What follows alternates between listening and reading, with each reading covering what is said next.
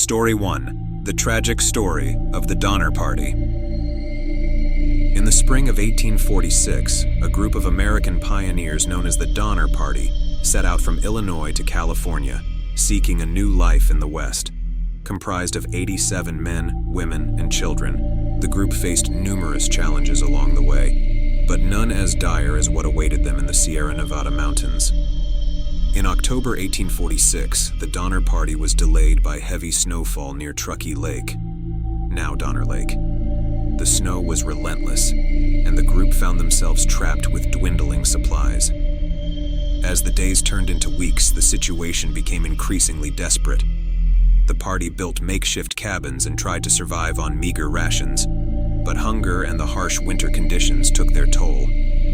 By December, the food supply had run out, and members of the Donner Party faced starvation. Some tried to trek through the mountains to seek help, but perished in the attempt. Those who remained were left with an unimaginable choice. To survive, they resorted to cannibalism, consuming the flesh of their deceased companions. The rescue efforts began in February 1847, when the first relief party reached the survivors. Over the next 2 months, 4 rescue parties managed to bring 48 survivors out of the mountains.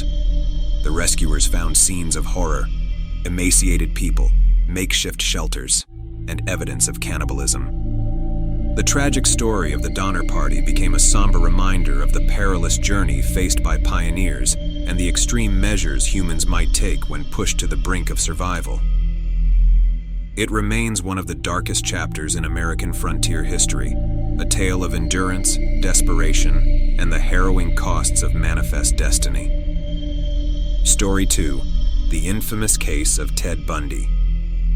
Ted Bundy is one of the most notorious serial killers in American history, responsible for the brutal murders of at least 30 young women across multiple states in the 1970s.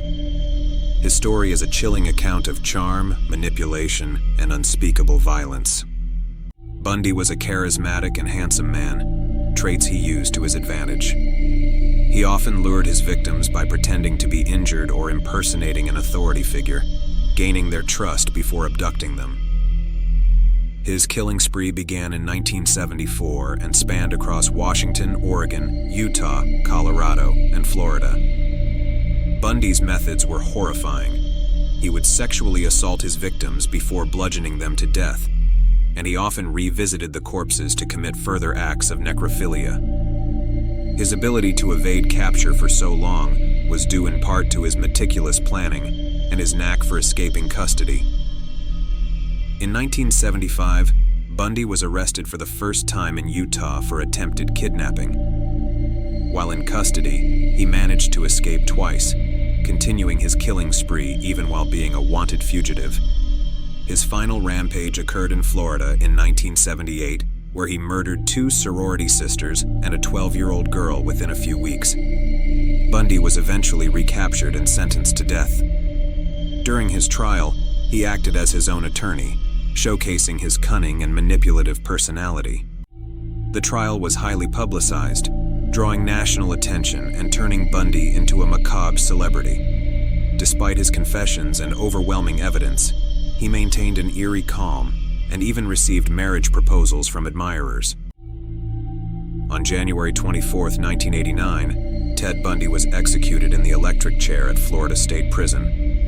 His death brought a sense of closure to many of the families affected by his crimes, but the horror of his actions left a lasting scar on American society. Bundy's case remains a disturbing study of a psychopathic killer who hid his monstrous nature behind a veneer of charm and normalcy.